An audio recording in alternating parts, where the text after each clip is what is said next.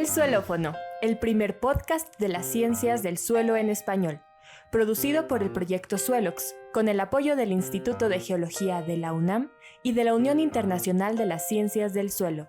El proyecto Suelox es una iniciativa universitaria para la divulgación de las ciencias del suelo. Bienvenidos al Suelófono, el suelo en tus oídos. ¡Comenzamos! Hola, ¿cómo están? Bienvenidos a este nuevo capítulo del Suelófono, el primer podcast de las ciencias del suelo, en lo que es nuestra cuarta temporada. Estamos muy agradecidos por tener con nosotros en esta ocasión a la doctora Annick Daniels.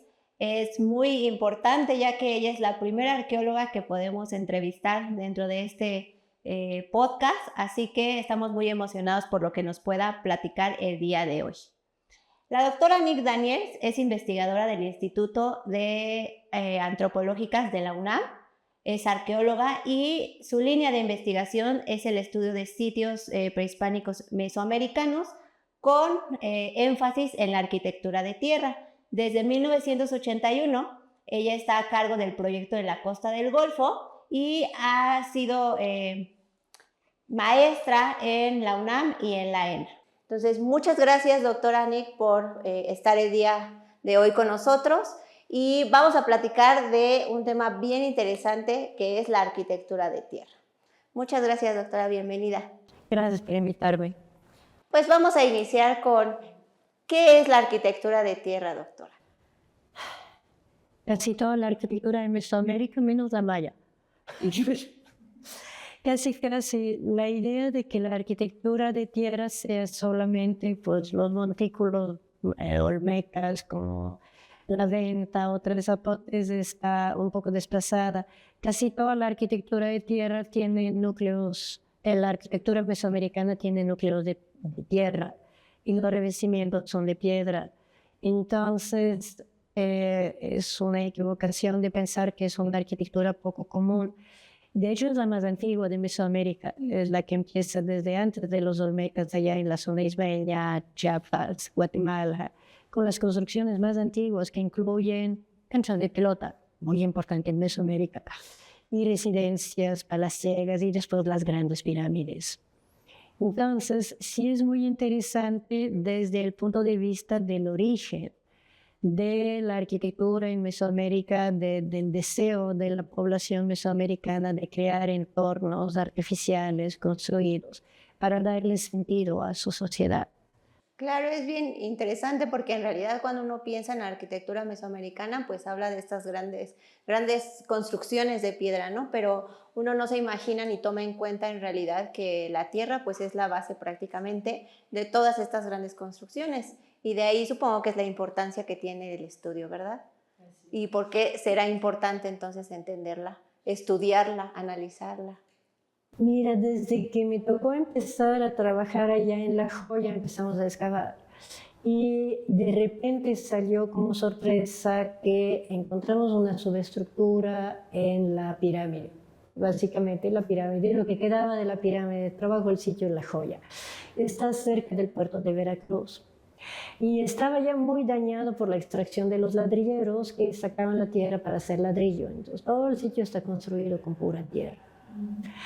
Y pensábamos que iba a ser una construcción sencillita, vaya montones de tierra con un jacal de palma encima, que es lo que todo el mundo se imaginaba, de esa arquitectura temprana, los del Mississippi, los del Amazonas, incluso los del Golfo. Y sorpresa cuando en 2008 empezamos a excavar en lo que quedaba, lo poco que quedaba de la pirámide, 5%, y salió una fachada de 6 cuerpos, lo que quedaba en la fachada de 6 cuerpos con una escalinata con alfardas. Y donde nos cayó el 20, por Dios. Esa es arquitectura mesoamericana legítima, vaya, no es un montecito de tierra, verdaderamente tenemos una pirámide de 4 escalinatas ya reconstruida, como Chichén Itzá. Entonces dices, no, aquí es arquitectura seria. Y lo más fascinante, Veracruz, el Golfo, ustedes lo conocen, planicie costera, le llegan vientos huracanados en invierno, le caen unos aguacerazos brutales en verano. Y ahí está la pirámide impecable. Y entonces ahí es donde, cuando empezamos a hacer a requisito del INAH todo el trabajo de preservación. Empezamos a hacer los estudios de mineralogía, de sistemas constructivos, de aditivos químicos, todo. Y tuvimos que empezar a reconocer que esos constructores sabían de tierra y lograban una arquitectura que les aguantó perfectamente bien toda su civilización. Son edificios que duraron siglos, que estamos encontrando 2000 años después en excelentes condiciones. Entonces, ellos tenían un conocimiento y se nos fue olvidando a nosotros, porque ya poco a poco dejamos de construir con tierra. Entonces, ahí es donde me di cuenta que podemos aprender muchísimo de esos sitios de arquitectura de tierra, porque representan un conocimiento desarrollado a lo largo de generaciones por prueba, experimento y error, y desarrollaron verdaderamente un conocimiento de ingeniería y de arquitectura considerable que nosotros ya no tenemos. Yo creo que ahí, para la sociedad moderna, es la importancia de reconocer que tenemos que aprender de eso que desarrollaron ellos a partir de los suelos que tenían a la mano.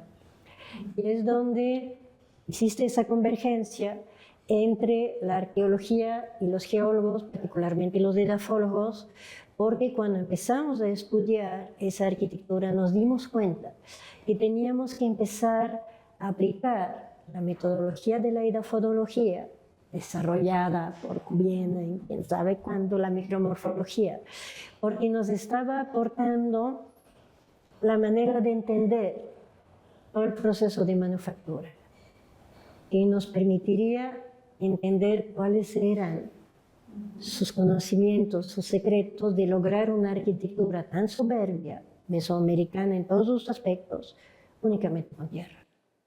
Claro, y la utilización de este material a un nivel mucho más avanzado, ¿no? Para poder construir. Lo que hacemos nosotros, y ahorita dicen, ok, una construcción de tierra, pues mi casita de adobe, ¿no? Entonces ahí dice así la casita de adobe. Ahí estamos hablando, por ejemplo, los basamentos son lo más importante de la reconstrucción mesoamericana, todos se imaginan las pirámides, los acrópolis, las tenemos de tierra. Una casa, ¿qué tanto tiene de volumen? No sé. 8 por 12 por 2 de alto, ¿qué les da? 100 metros cúbicos, si acaso. La meseta de San Lorenzo, periodo Olmeca, nivelaron 6 millones de metros cúbicos para construir el sitio. La pirámide de Teotihuacán, el Sol, lo único que es de piedra es lo de afuera, el núcleo es tierra. ¿Cuántos millones de metros cúbicos creen que tenga? 1 millón de metros cúbicos. La pirámide de Cholula, la más grande como edificio, 4,5 millones de metros cúbicos. Pueden imaginarse el esfuerzo humano de ir a extraer de su entorno los suelos necesarios para lograr ese edificio, y no cualquier suelo, ni tampoco cualquier manera de colocarlo. Porque cuando vamos viendo la manera en que están formados esos rellenos, tienen que jugar con las texturas, van alternando suelos arenosos con suelos arcillosos para que la arcilla detenga la arena y para que la arena detenga la expansión de las arcillas. Y después van más allá, probablemente en Tlaxcala inventan los cajones de adobe. Entonces, aprenden a hacer adobes y forman cajones para poder contener la presión interna. Todo eso es el uso de suelos, el conocimiento de su medio ambiente para saber qué suelo me va a servir para hacer mi adobe, qué suelo me va a servir para hacer mis morteros, mis repellos y mis rellenos. Es un conocimiento maravilloso que estamos tratando de reconstruir. Exactamente. Y bueno, hablando justamente de este sitio de La Joya, que pues abarca varios periodos, ¿no? En la época mesoamericana, que este sitio de La Joya en realidad correspondería a un modelo que podríamos después ampliar a todos los sitios que tuvieran este tipo de tradición con construcción de tierra a lo largo de todo Mesoamérica? Ayuda, pero también hay que reconocer que se formaron diferentes tradiciones constructivas que se adaptaron al entorno.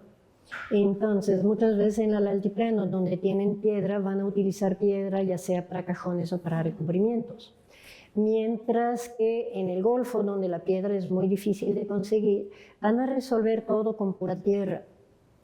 Y luego hay aditivos que están disponibles en unos lugares, como sabemos que en el Golfo, hace 2000 años ya habían descubierto que añadir asfalto, capote, a la mezcla terrosa iba a dar resistencia al material. Como hoy en día se pensaba que se había inventado en 1930, el hecho de añadir asfalto para estabilizar la tierra. Pues no. En el Golfo ya lo habían descubierto hace 2000 años y lo habían usado, pero no en todos lados. Donde no había asfalto usaron otras cosas. Entonces, hay soluciones locales que son importantes de averiguar. Vaya, no podemos decir lo que pasa en La Joya lo puedo aplicar para toda Mesoamérica. Cada región va a desarrollar sus propias soluciones de acuerdo a sus propios recursos disponibles. Exactamente. Y hablando un poco de este tipo de materia prima que se utilizaba, ya mencionó ahora que el suelo, pero ¿qué suelo era, digamos, el que ocupaban para poder hacer estas construcciones, no? Mira, en La Joya tenemos básicamente 3 tipos de suelos. La Joya está a 6 kilómetros del mar.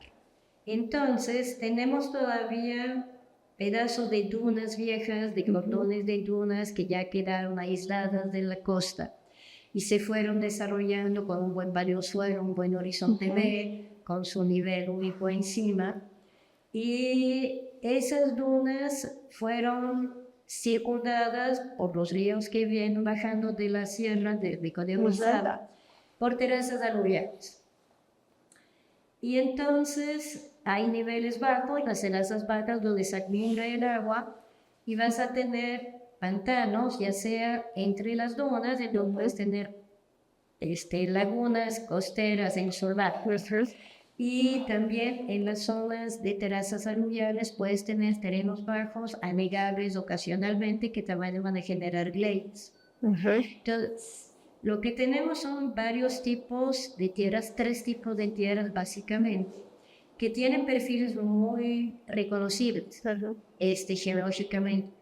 Y todos van a estar constituidos de minerales volcánicos porque está la sierra volcánica, la Sierra Madre Occidental que está ahí, estamos en pleno eje neovolcánico.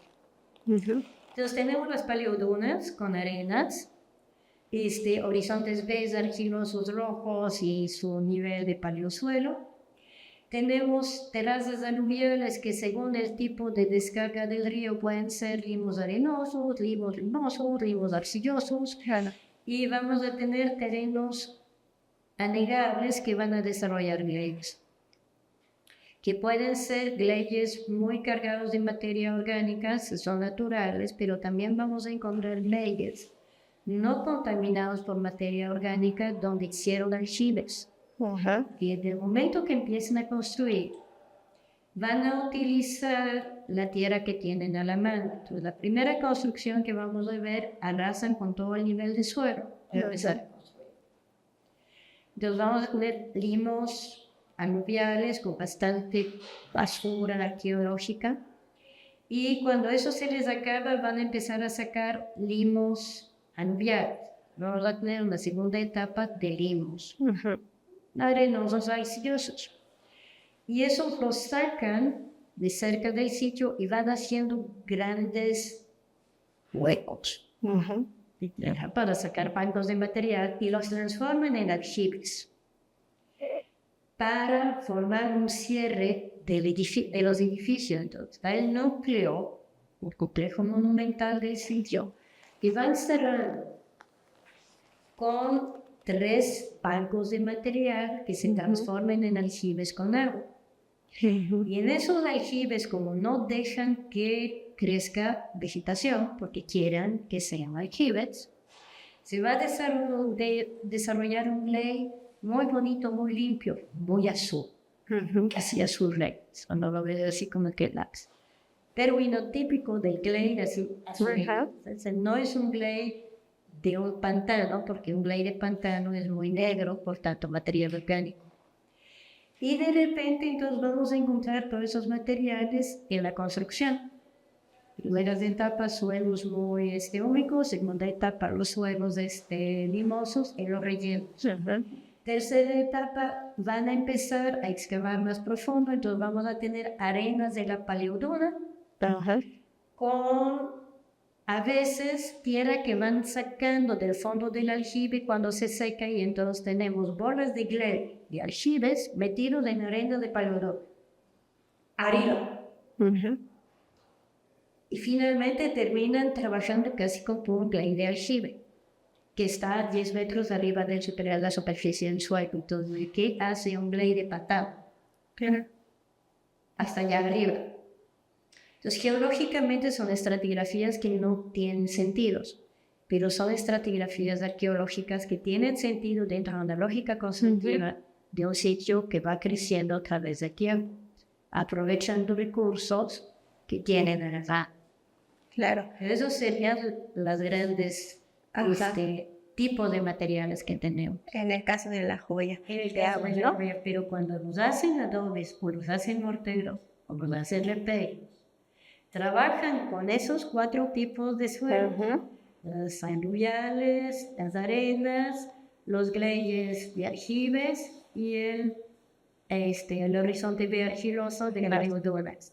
Y con esas 4 tierras hacen adobes, repellos y morteros.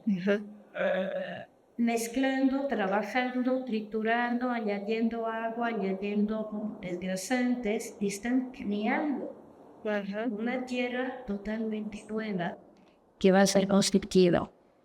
Y ese trabajo es lo que explica por qué esa tierra, esa arquitectura abandona tu tierra. Exactamente. Que aquí es importante mencionar que entonces el suelo como tal necesita un tipo de preparación de acuerdo a las necesidades también de la colocación en la estructura como tal, o para qué va a ser utilizado, ¿no? Y entonces de ahí también podemos observar los tipos de relleno que se pueden encontrar y los materiales constructivos, o son los mismos rellenos, materiales constructivos. ¿Cómo podríamos hacer una diferencia entre estos rellenos, materia prima, con los...? Porque el relleno lo sacan tal cual. Entonces van a ser sedimentos formados naturalmente, pero van a estarlo sacando con palas de madera, lo meten en cadazos y lo van llenando e intercalando con otro tipo de textura, y todo arcilloso con arenoso. No habría tanto problema reconocerlo desde el punto de vista geológico, porque van a reconocer, mira, eso tiene una cara de ser un horizonte verde paleodona, o ese tiene cara de ser un limón aluvial. Pero la orientación de todos los enaforados va a estar moldeado, porque estuvieron sacando la tierra y la compactan. Entonces, lo que es la formación natural del suelo se va a reconocer, pero trastocada, transversada, cortada. Los cotanes se van a partir en pápulas y eso vamos a empezar a ver que eso no es un suelo que pueda haberse desarrollado en su lugar. Es un suelo traído de otro lado y colocado como relleno. Y eso no cuesta tanto trabajo. Y mucho de la investigación realizada en América sobre arquitectura de tierra ha sido enfocada a ese tipo de trabajo. Saber de dónde proviene el relleno de ese montículo. Lo han hecho en toda América. Y es donde más se ha enfocado la micromorfología conectada de geoarqueológica, digamos, de la colaboración entre arqueólogos y geólogos para identificar de dónde provienen esos rellenos. Pero el trabajo sobre el material constructivo, la materia de construcción ya transformado verdaderamente en, para nosotros el equivalente sería cemento, bloque, ladrillo, que implica ya una transformación de la materia prima, no ha sido trabajada. Los únicos que llevan una ventaja sobre nosotros son los europeos. Desde hace unos 20 años hay equipos como los de Cortica, más Iguato en Francia, McPhail y Norberg, que trabajan todos en el viejo mundo, que han empezado a aplicar la micromorfología más allá de identificar de dónde provienen los rellenos, sino para ver cómo se manufacturaron los adobes, los repellos, los morteros. Y están encontrando cosas rarísimas. Por ejemplo, en Creta, Marta Lorenzo lograron encontrar que añadían algas. Creta es una isla y la gente de la época minoica, estamos hablando del segundo milenio antes de Cristo, iban a la playa, cogían algas saladas y las mezclaban con los adobes.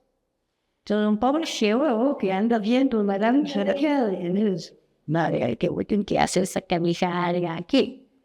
Como voy a explicar que también lógicamente eran algas marinas en un sedimento de una tierra de la isla. No. Son cosas que ya llevan mucha delantera en Europa y que apenas estamos tratando de promover aquí en México. Ahí empieza a haber un poquito de trabajo que ya rebasa el nivel de los rellenos para empezar a abordar el problema de cómo se formó el piso, cómo se hizo un repello, cuál fue el proceso de seleccionar entre esas 4 materias primas, cómo combinarlas, cómo darles el punto por manipulación, mezcla, adición de agua, adición de desgrasantes o aditivos para tener un buen adobe con excelente resistencia de compresión, un mortero que va a poder permitir levantar una postería de adobes, un buen repello, que la costa del Golfo y en toda Mesoamérica es la clave. El repello es lo que protege la estructura. El repello no tiene una función estructural, pero es el que va a proteger contra la intemperie. Y esos repellos que estaban encontrando no responden a lo que dicen los arquitectos. Debe ser una buena composición. Ellos quieren una composición muy arenosa. Lo que encontramos son mezclas de una fábrica con finos en un 70% contra un 30% de gruesos. Actualmente lo quieren al revés. Y esos materiales que deberían partirse, porque los finos que tenemos son pectitas, no se parten. Esa gente era capaz de tomar un material que sabemos naturalmente debería partirse, que es un material que va a ser muy, digamos, sujeto a problemas de humedad. Y no, te hacen unos repellos maravillosos que no se parten, que no se desgastan, perfectamente consolidados, que duran 50 años. Claro. Un repello de cemento dura 50 años. Así es. Tenemos que aprender de ellos. Y la única manera es trabajar de manera muy estrecha, gente especialista de suelos, que son los de edafólogos, que son los que salen de geología, y los arqueólogos, que somos los que encontramos esa evidencia ahí in situ, que podemos decir, eso tiene 1000 años, eso tiene 2000 años, ese repello duró 50 años, con el cielo. Tenemos que encontrar la solución. Y hablando de este sitio, Tlayancaleca, viendo un poco esta diversidad que hay de aplicación de técnicas constructivas o de métodos constructivos, ¿no? ¿Cuál será entonces como el más utilizado, si se puede hablar, aquí en el área de Mesoamérica al norte? En el área de Mesoamérica tenemos muy bien controlado el uso del adobe. El adobe para cajones de rellenos o el adobe para muros de edificios.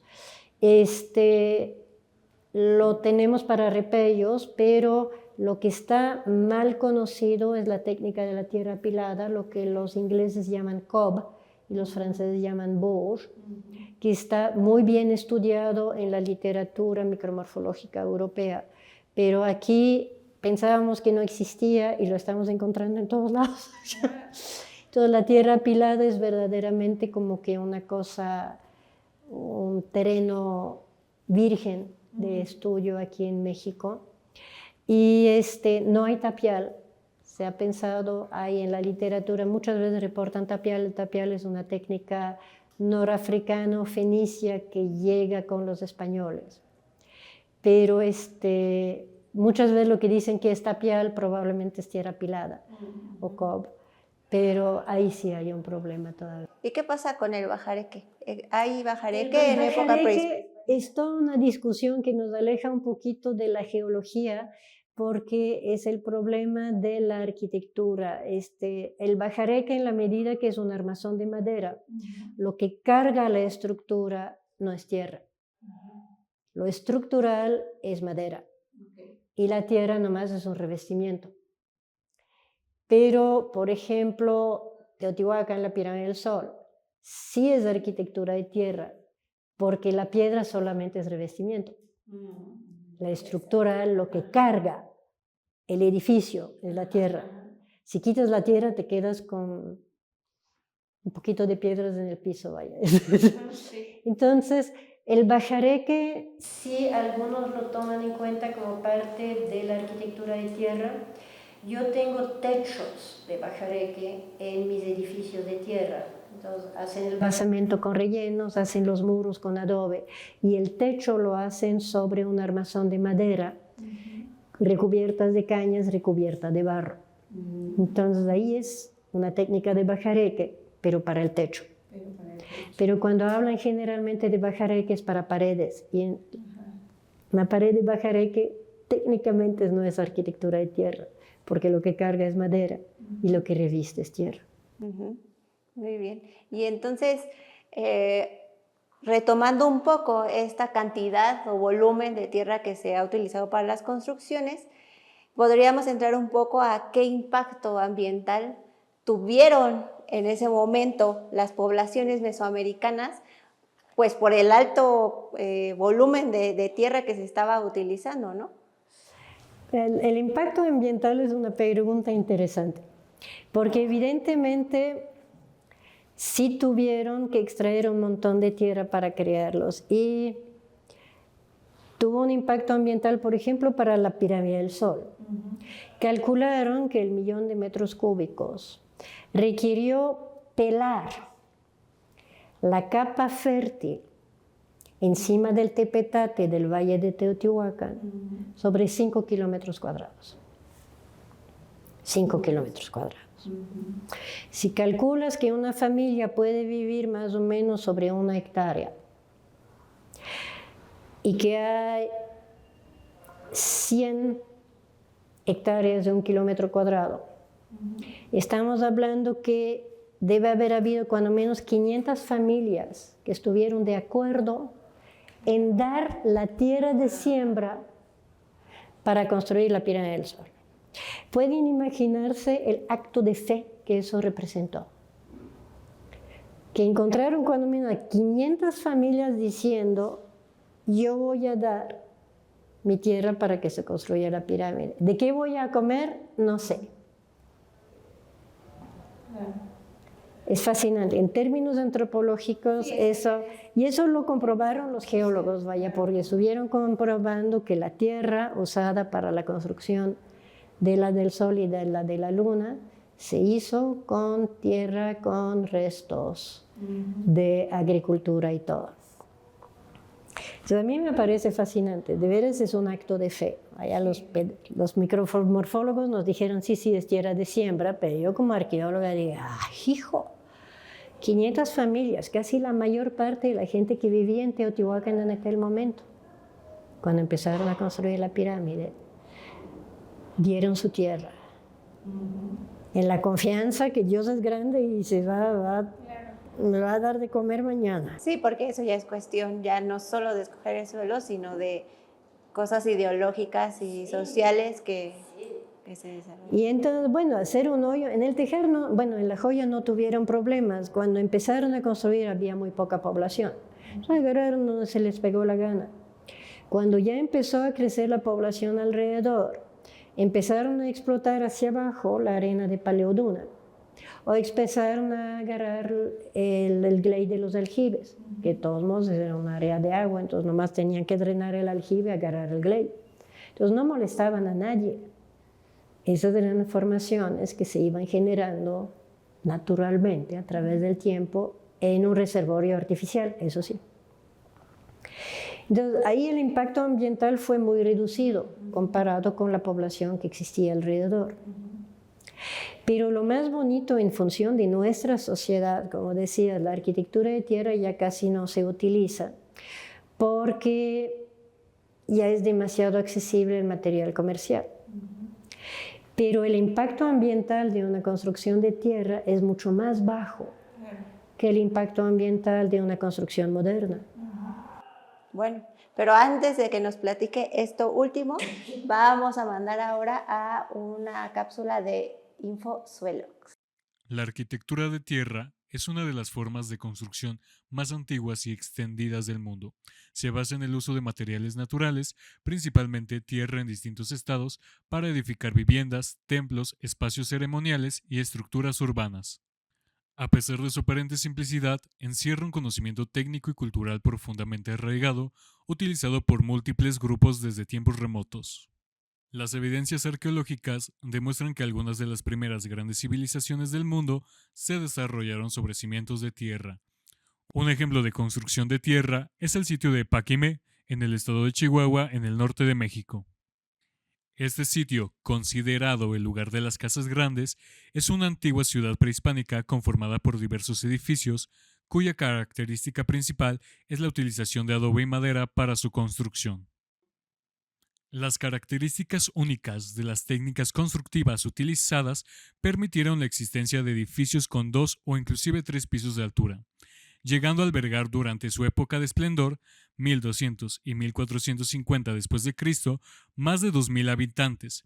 Gracias a dichas características, desde el año de 1998 forma parte de la lista del Patrimonio Mundial de la UNESCO. Para finalizar un poco ya esta grandiosa entrevista, que son temas muy extensos que no podemos comprimir en tan poco tiempo, pero hablando de esta importancia de arquitectura de tierra en la antigüedad, ¿qué pasa en la actualidad? ¿Por qué ahora ya no podemos ver ese tipo de arquitectura tan comúnmente, al menos en la ciudad, ¿no? Quizá en zonas de la República más alejadas de las grandes ciudades, pues podemos ver eso, pero ¿por qué ya no la podemos ver?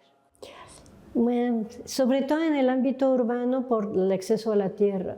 Para construir con tierra debes tener el terreno y entonces es súper barato. Pero si no tienes, compras tu lotecito de 10 por 20, pues no te alcanza para construir tu casa. Pero hay todo un movimiento a nivel mundial, sobre todo por el problema del carbono. El dióxido de carbono. Entonces se ha calculado un reporte de la UNESCO de 2022. Indicó que el 37% de la emisión de carbono en el mundo se debe a la construcción y al uso de edificios. Pues todo lo que es la producción de cemento, varilla, bloques, ladrillo, todo el gasto energético requerido para producir ello y luego para hacer funcionar los edificios en términos de calefacción, aire acondicionado, etcétera, 37% de la emisión de carbono. La arquitectura de tierra se está viendo como una alternativa en muchos países y hay programas nacionales de desarrollo de arquitectura de tierra porque es emisión de carbono cero. Y si lo puedes hacer dentro del terreno mismo, ni siquiera el transporte de los materiales de construcción. Y es totalmente renovable, ¿no? Ya no te gusta la casa de tierra, la tiras, la vuelves a mojar y la vuelves a construir como mejor te pega la gana. No hay ningún desecho, no hay ningún material que no se pueda recuperar. Entonces, esto es parte de la importancia de empezar a estudiar con más ahínco lo que es la arquitectura de tierra pasada, porque les decía, entre más lo estudiamos de manera seria, varias personas aquí en México o en otros lados de América, más nos damos cuenta que esa gente había desarrollado un conocimiento y habían desarrollado soluciones muy efectivas que ya no aplicamos, se nos olvidó. por la interrupción que ha habido, sobre todo en el siglo XIX. Hasta el siglo XIX, México era un país de adobe. Incluso la Ciudad de México, acabo de estar en un coloquio de la historia de la construcción, donde demuestran, vaya, el siglo XIX, la Ciudad de México, aparte del núcleo del centro de la élite española, son adobes. Entonces es Porfirio Díaz el que tiene la culpa de integrar así la idea de la modernidad que trajo el uso, sobre todo en áreas urbanas, del ladrillo y después del cemento, del bloque y todo. Es muy reciente. Entonces hemos olvidado ese pasado tan reciente, pero salvo en México, sí en muchos lugares empieza a haber una preocupación y el entendimiento de que sí, la arquitectura de tierra es una opción a futuro, porque es cero carbono y completamente renovable. Entonces yo creo que ahí es donde se une la importancia de la investigación del pasado a través de la arqueología y un futuro hacia una sociedad más sostenible. Claro. Y pues aquí, para finalizar, ver y entender nuestro pasado para poder entender este presente y el futuro que vamos a tener pues para las demás generaciones. Muchas gracias, doctora, por esta plática tan interesante. Gracias a ustedes por invitarme. Muchas gracias. Suelófono es un proyecto de divulgación de las ciencias del suelo. Si quieres seguir aprendiendo, no te pierdas ningún episodio. ¡Hasta la próxima!